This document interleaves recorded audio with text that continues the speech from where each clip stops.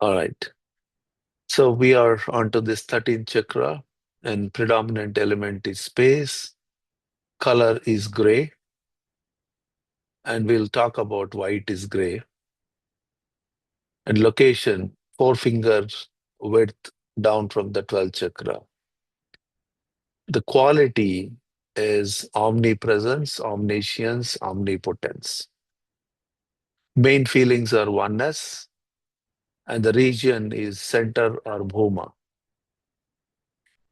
I'll briefly touch upon this idea of bhuma as well, and maybe we can deep dive into this concept of bhuma in our next session. So, entering the central region marks the apex of the journey from matter to energy to absolute. At the same time of creation, see, okay, let me talk about this absolute. From matter to energy to absolute. So, how do you define absolute?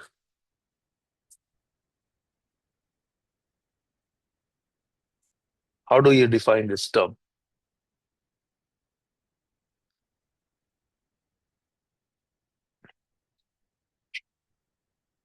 So, absolute is you can kind of think of in a very English terms, but to me, what absolute means the potential. It is a state, it is a potential from everything has begun. Even the consciousness is manifested from this absolute. And from consciousness, everything else is manifested. Even the matter and energy are manifestations of consciousness. But whereas now we are talking about the highest potential when we are saying absolute. So at the time of creation, absolute vibration from center gushed out and transformed into energy and further transformed into matter. So when you reach the central region, your consciousness has evolved from the material level to subtler levels, establishing resonance with the center. So in Babaji's idea, whenever he has referred it to center, he has that is the origin, the essence of God. Think of it like that. Whenever you hear the word center, think of it like the absolute potential or godly potential from where everything has manifested. So by the time one arrives at this stage, every cell of the body has been purified. All complexities and emotional baggage have been purged from the system. And one is at the highest pitch of purity. Such a transformation results from the unwavering, diligent, devoted commitment to self-transformation. Up to this point in Yatra, there had always been a polarity that had to be resolved. In the heart region, the play of polarity was with emotions, contentment, discontentment, calmness, disturbance, all the opposites we can think of. Compassion, displeasure, courage, discouragement, and clarity, delusion. So in the mind region, the polarity was distilled to the soul versus source, the lower and the higher selves. So when one enters the central region, the play of polarity ceases, means now there are no longer any opposites. Now, so that's why this is the realm of nothingness. So the words fall woefully short of the experience of nothingness. The most description of the center are limited to use metaphors or negation based language. However, The description I want to share is more like travelogue, providing details on whether the winds of the realm of nothingness. See, like, so providing it's like a travelogue. It's saying, providing the details on the weather and the winds of the realm of nothingness. Means you can only put it metaphorically because there are no right words to describe that state. Like I was saying yesterday, like to someone, if I say happiness, I am happy, you can understand, relate to that word happy because you have also felt happiness. But the happiness I am feeling is way different than the happiness you are feeling, or my perception of happiness is way different than other individuals' perceptions. But we have a common language. The common language is because we have a context for that happiness. If I say I'm sad, we all have that context, what that sadness is. But the problem is, we don't have this context of what nothingness really means. We can only think of in physical terms. There is nothing there to see, then it is nothingness, right? So here we don't even have a perception of it. We don't even have an imagination of what nothingness is. So the nothingness, what Babaji is talking about, how do we perceive it even? It's very, very difficult. So the only way here to understand that nothingness is reach that stage, right? So Babaji conducted extensive spiritual research on the central region. So what we'll do is when we reach this spiritual anatomy, uh, this chapter, central region or 13th chakra, we will pick up the Babaji's description from the complete works because there some of the terms used and the way it is explained in Heartfulness, the spiritual anatomy book, there is a slight difference in the expression of it, right? So in this effort, he was guided mainly by Lalaji, and the hierarchy evolved souls also supported Babaji. So using this body of research and my own experience, this is Daji saying it, I hope to offer a glimpse into the extraordinary realm. I pray that someday you will know for yourself. So now here the stages of ego and the central region. So whenever we say ego in spiritual terms, it is the identity, what we are identifying with. See, this whole spiritual practice is refining that identity.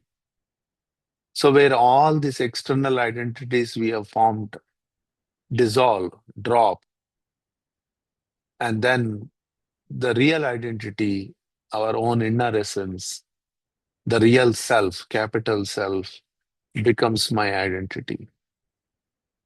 Even in the state of nothingness, even that identity drops.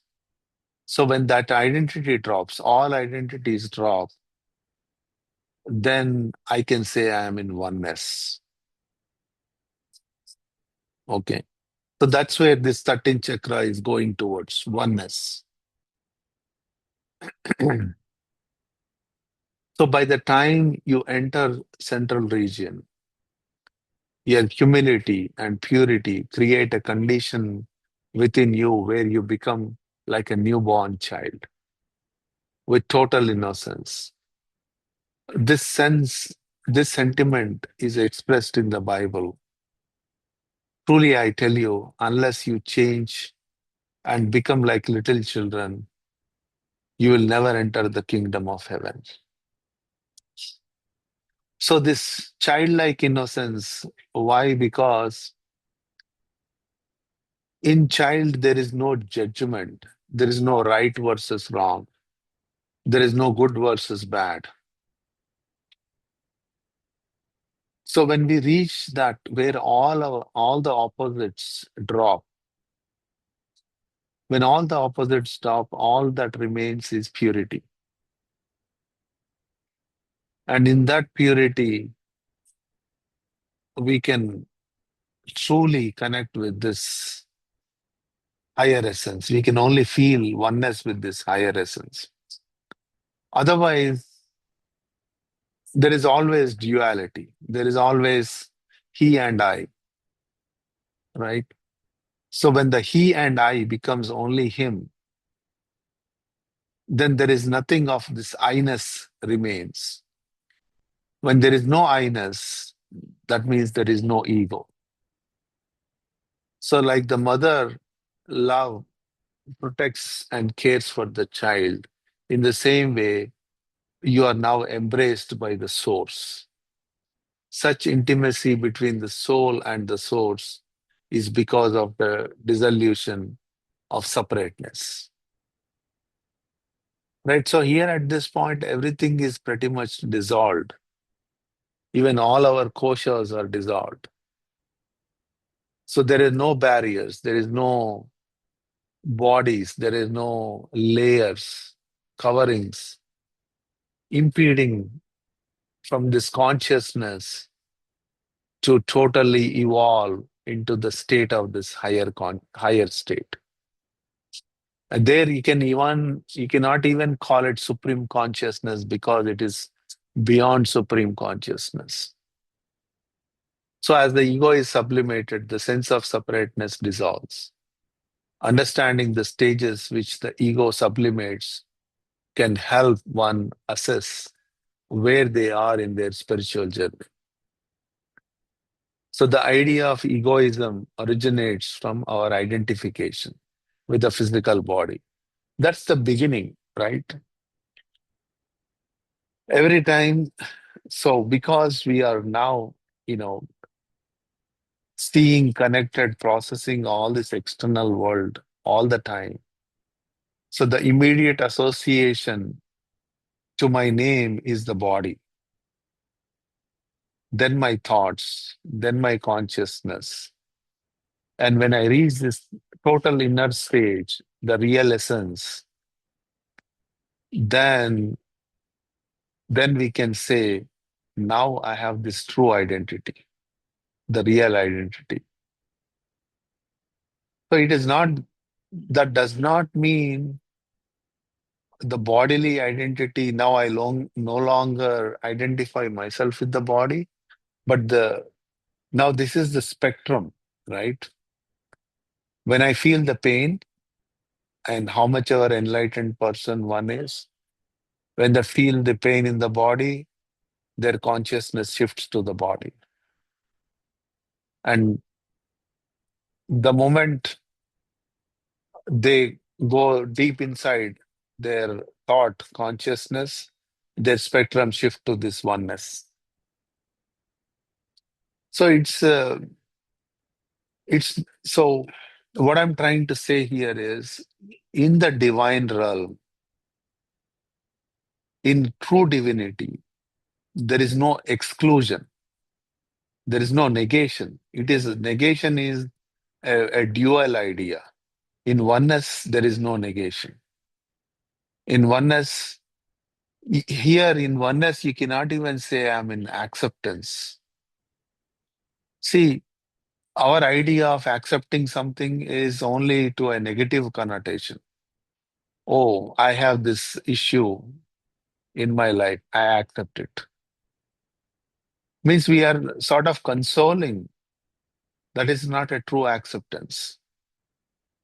When my mind transcends, my consciousness transcends into this higher states, then there is no question of acceptance or rejection or negation. So it becomes part of my life. So I am kind of become a witness to see the things as is. In that state, we can make very constructive decisions. We can have a very constructive direction because At that point, I am not influenced emotionally by any situation. So here, it's in acceptance is truly where um, I don't have to say consciously I'm accepting it. It's basically I let it pass. I let it consume me rather. See, I mean, I've said this many times. When we are happy, if we look back in our life, whenever we think of the past, not a single happy moment we remember. It is always the challenges we faced, the unhappiness we faced, when we got depressed, all these things, that is all we remember. Why are we not bringing our happiness, happy moments from the past into the present? Can anyone think about it? Reason that we allow the happiness to consume us almost instantly. But when I'm sad, I'm trying to avoid that feeling of sadness. I'm trying to avoid that feeling of, unpalatable state of mind. We don't let it consume. We reject it, and then we are saying oh, I want to accept all my miseries as divine blessings. How can I accept the moment I say they are the miseries which are unwanted, I'm still accepting them as divine blessings. It is basically, I am kind of, in a way, psychologically, I am suppressing. But once I connect to this divinity, that's why the divine blessings, the moment divinity comes into the play, whether it's a misery or happiness, we let it consume us. The moment the misery consumes me completely, we exhaust it. And then we don't have to recall it. Even if we recall it, it only brings a happy vibration. It only brings a good vibration, not misery back. So that is the state of acceptance. So whenever you say you are accepting something good or bad, let it consume you. One uh, lady, came for meditation, and the moment you look at her, you can see that she's devastated completely. So I asked her what's going on, and she said, "Oh, my 11-year-old passed away." So I felt very sorry about it. I empathized. So I asked her, "What brought you here?" She said, "I want to have some peace because I'm very disturbed." So then I asked her, "Okay, can you tell me few good memories with your child?"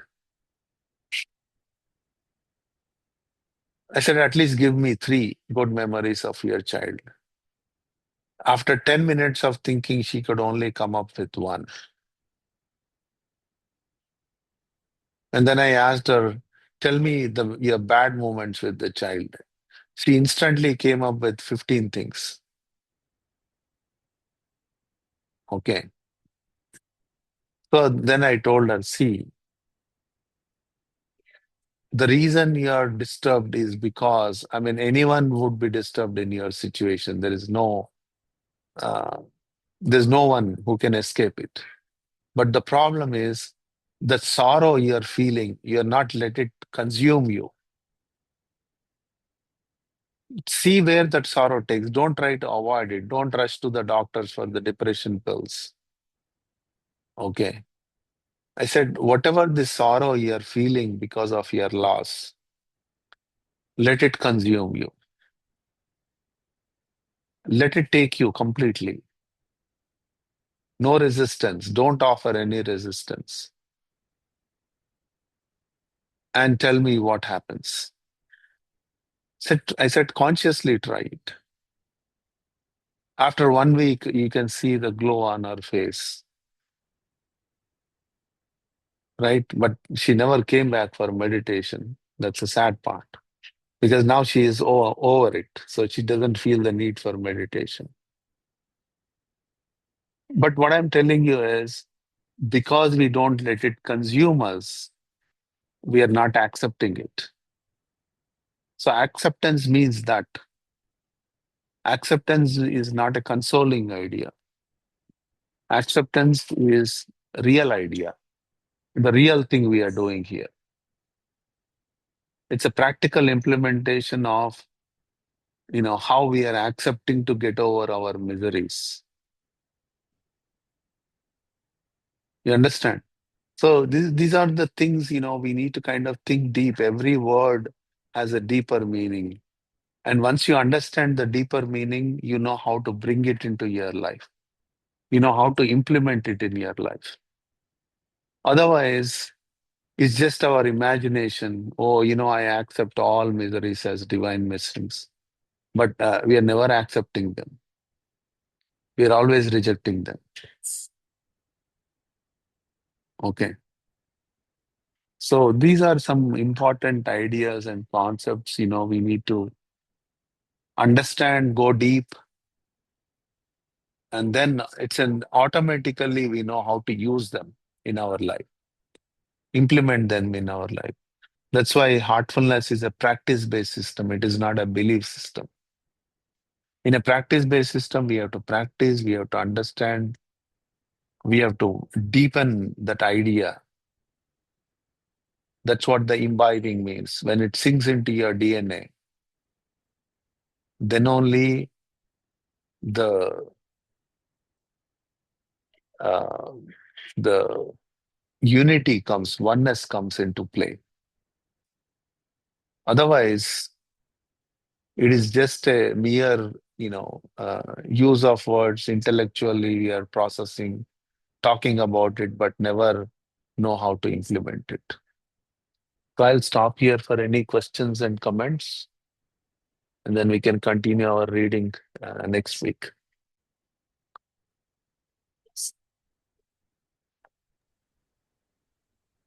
Brother, when you said consume it, it should Yeah. consume you. Can you? It sounds simple, but what does that mean and how to do it?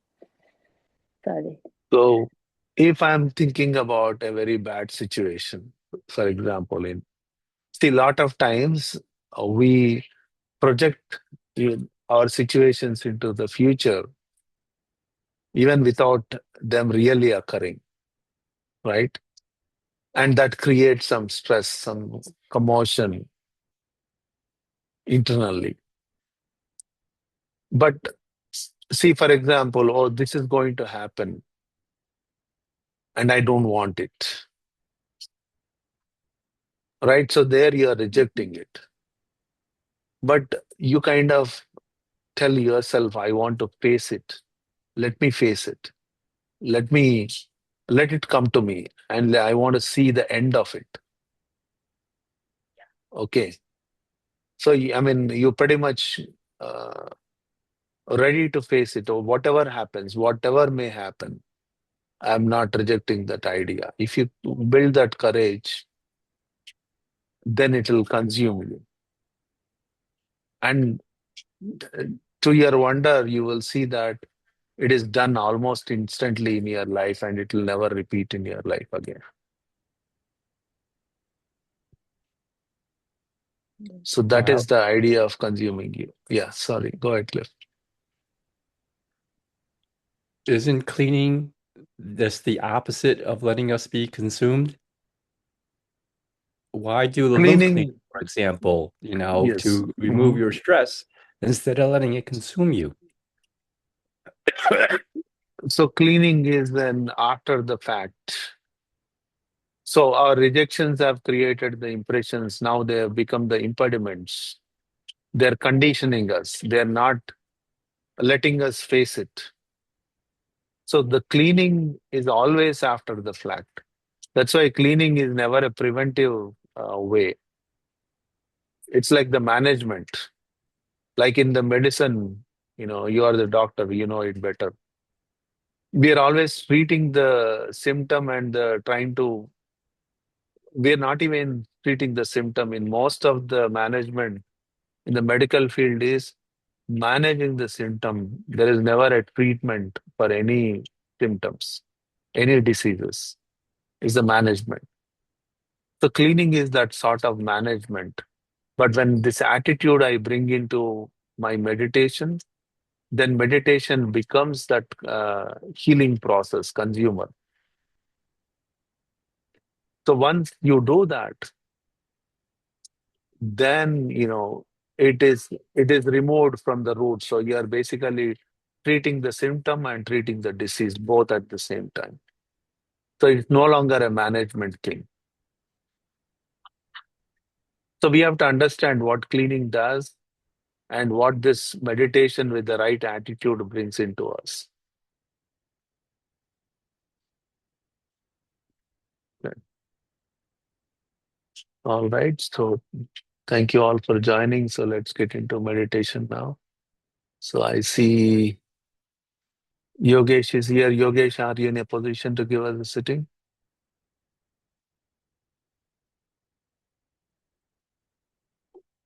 Sure, brother. Okay. Just give me a minute.